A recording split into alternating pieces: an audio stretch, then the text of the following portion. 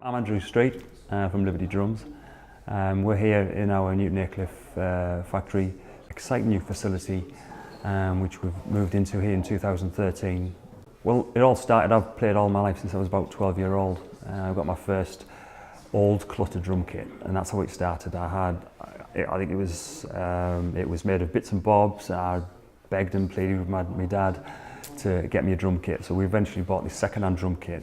And over the years, I just added to it, and just project kits, bolted on different toms and sizes, and just mimicked other drummers. And that just grew and organically grew into the passion into why a drum shell sounds like it does, and just making and breaking shells. And when you haven't got a lot of money, you strip down your shells and you put new lugs on or replace them. And by going through the process of that, it just never stopped.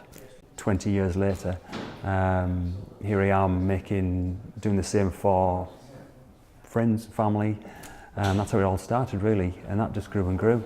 Why does a certain drum sound like it does? And just the curiosity always gets the better of me.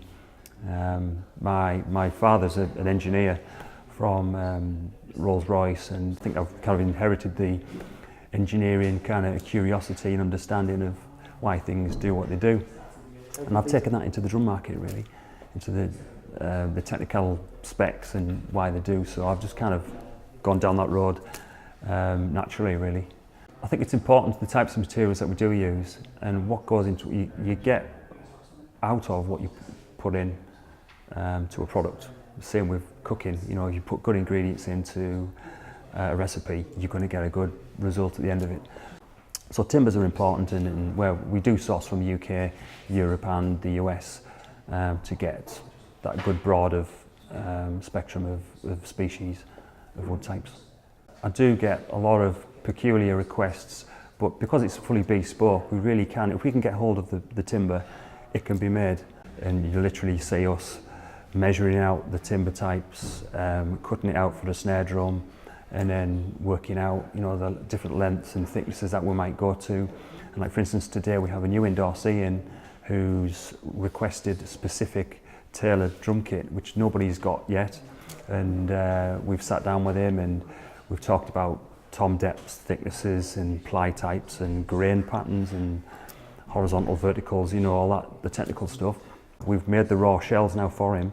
We've gone through them, we've tapped them and got the tones out of them, and he's really excited of what he's going to get very shortly. So these are all yours. This is your kit. So these are birch. As I say, all the sizes that you've actually specified. So they're nearly ready to be lacquered now. So they'll get a final sand down with a high grit, and then we'll put them into the spray booth and get them lacquered.